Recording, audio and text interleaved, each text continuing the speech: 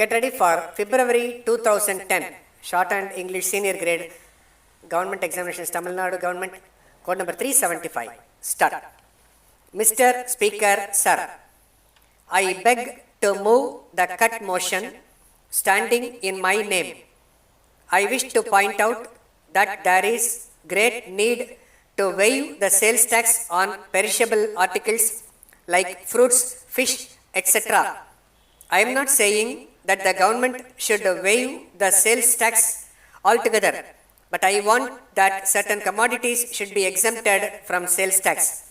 In this connection, I would like to say that the income from sales tax has been very good, but at the same time, the government do not see the hardship caused by this tax to the poor people.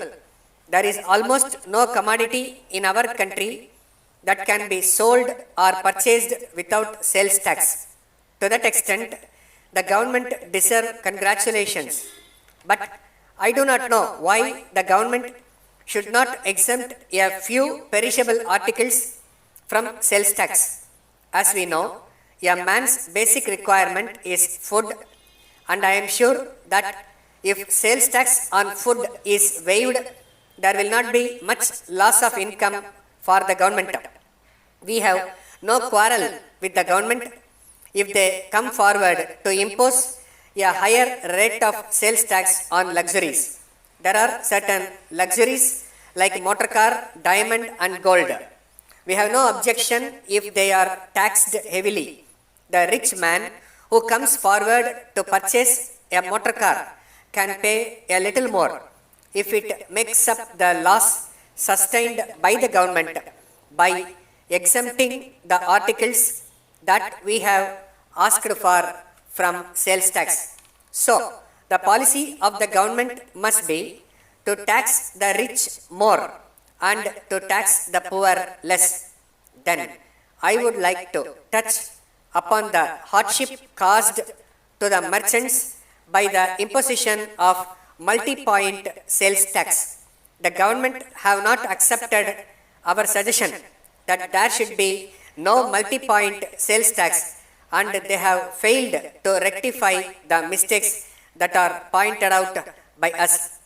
The whole process of taxation goes on from the wholesaler to the retailer and from the retailer to the consumer.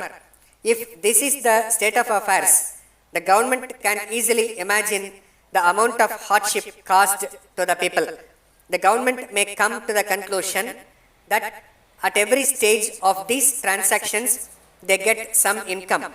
So far as the finances of the government are concerned, it may be a sound principle, but the government must also consider how much the people are affected.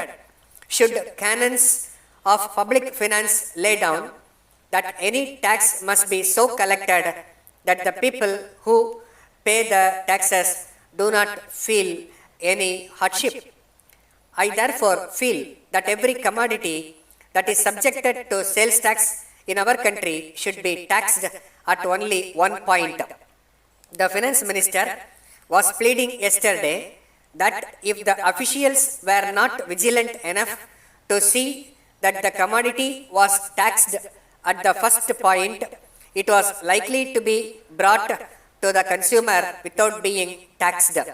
But the government need not think that their officials will be so careless. The finance minister was good enough to mention yesterday that there were a few commodities like cotton and cigarettes which are being taxed at one stage only. I would ask him whether these are the only commodities that go to make up the living of a man. There are many other commodities which are necessary for the mere existence of man. They must therefore be exempted from sales tax. Once again, I finally plead with the government that they should consider the desirability of waiving tax at least on perishables like vegetables, fish and fruits. Letter from Raghu and Company, Bangalore to Mrs. Rao and Company, Madurai. Dear sirs, we thank you for your order number 12 dated the 3rd August for transmission belts of various sizes, but we regret very much to advise you of our inability to execute the order within a fortnight as requested by you. We would like to inform you that in recent months there has been a great rush of orders for our goods, and in spite of our best efforts, we have not been able to cope with them successfully. As a matter of fact, our factory is fully booked with orders already on hand, and we think that it will take at least a month to clear them. However, we would like to point out that we are making every effort to speed up delivery of goods, and in fairness to all our customers, all orders are being handled in strict rotation. We regret very much the inconvenience that may be caused to you by this delay, and we hope and trust that it will be convenient for you to allow us this extension of time in the special circumstances that we have explained above.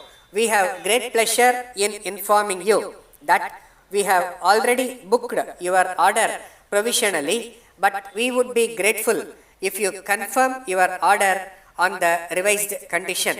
We assure you of our best attention at all times. Yours faithfully,